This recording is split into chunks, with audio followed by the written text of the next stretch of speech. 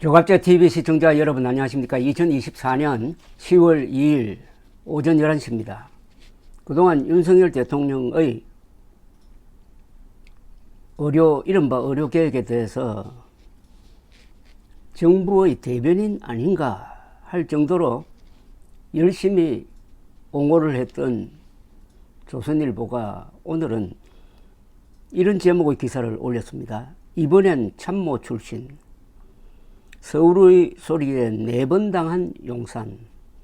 서울의 소리에 4번 당한 용산이란 여기에 방점이 찍혀있는 기사입니다. 굉장히 상징적인 기사고 제목입니다.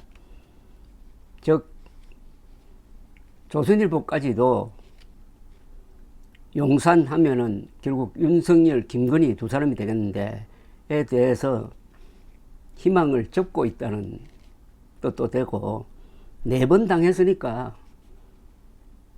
용산이 문제다.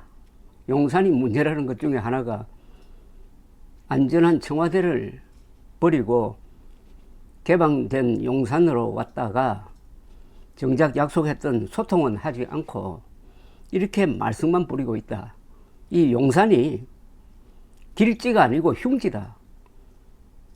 청와대가 길지고 용산이야말로 흉지다 하는 그런 어떤 상징적인 의미가 있습니다. 서울의 소리에 4번 당한 용산. 서울의 소리는 좌파 성향이고 야당 성향인데, 이게 이 기사를 읽어보면 4번 당한 게 아니라 공모관계라고 볼 점도 있는 것 아니냐 하는 생각도 듭니다.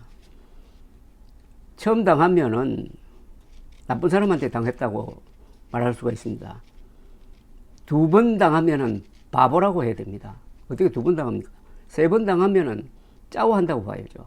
4번 당하면은 짜고 하는 게 확실하다, 이렇게 보는 게 맞는 것 아닙니까? 그러면 용산과 좌파가 짜고 이 기사를 읽어보면은 한동훈 타도에 나선 것이냐 하는 생각을 갖게 하는데, 이 사건이 앞으로 점점점 커지고 또 여기에 또 다른 김건희 윤석열 의료대란 관련 2,000명 관련 폭로가 앞으로 쏟아질 가능성이 있습니다.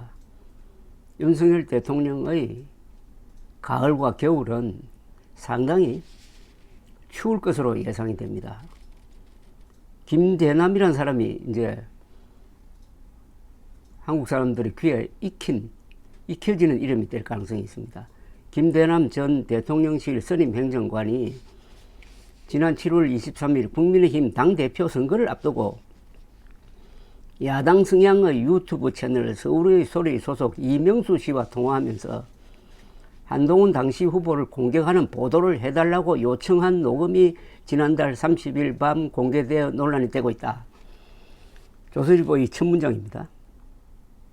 그런데 이명수라는 사람은 어떤 사람이냐? 지난 대선 기간 48번에 걸쳐서 김건희 여사와 7시간여 통화를 하고 그 녹음 파일을 MBC에 제보해가지고 MBC가 선거 기간 중에 폭로하도록 했던 사람입니다.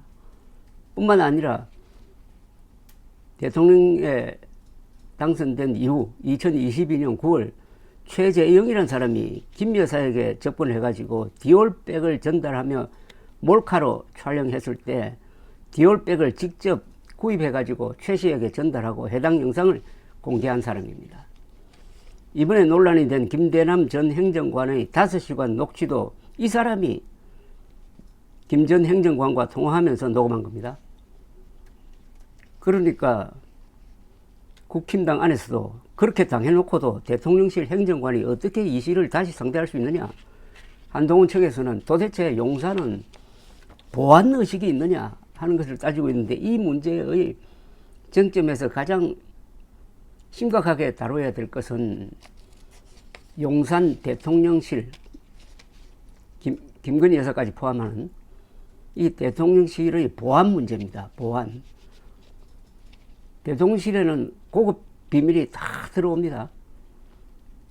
그런데 자기의 비밀도 지키지 못하는 번번이가 아니라 4번이나 같은 사람한테 계속 당하는 이런 보안의식을 가진 국가지휘부가 과연 김정은이나 남한의 종북 좌익과 싸워가지고 대한민국을 지킬 자격이 있느냐? 보안에 무능한 게 제일 멍청한 겁니다. 비밀을 지키지 못하는 사람과는 무슨 깊은 이야기를 할 수가 있습니까? 더구나 국가 지도부가 이렇게 보안에 허술하다고 하면은 무능하다는 거죠. 무능한 통치자는 만 번 목을 쳐도 모자랄 역사의 범죄자라고 일찍이 경고한 사람이 있습니다. 임진왜란을 다룬 7년 전쟁을 쓴 김승한 언론인 작가였습니다. 이제 이른바 김대남 5시간 녹취로 이제 알려지게 되었는데, 서울의 소리가 지난달 23일 유튜브 채널에서 처음 공개를 했습니다. 김 전 행정관이 지난해 9월부터 올해 8월까지 11달 동안 총 5시간가량 이씨와 통화한 내용이라고 합니다. 그러니까 용산 대통령실에 있을 때 통화를 했다는 겁니다. 물러나고서 한 게 아니고, 서울 소리는 먼저 김건희 여사가 공천에 관여하고 있다는 취지의 김씨 주장을 소개를 하더니, 이어서 30일에는 두 번째 공개한 녹취에서 김 전 행정관이 서울의 소리 이씨에게 김 여사가 한동훈 때문에 죽으려고 한다.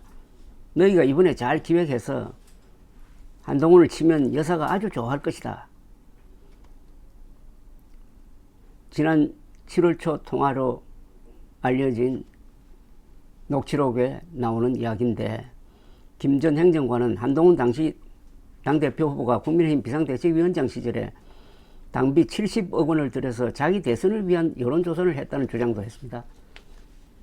김 전 행정관은 이 씨에게 한 대표의 자녀 문제를 다뤄보라고도 했고, 그래 놓고 지난 8월에는 SGI 서울 보정 상근감사로 임명되었다고 합니다.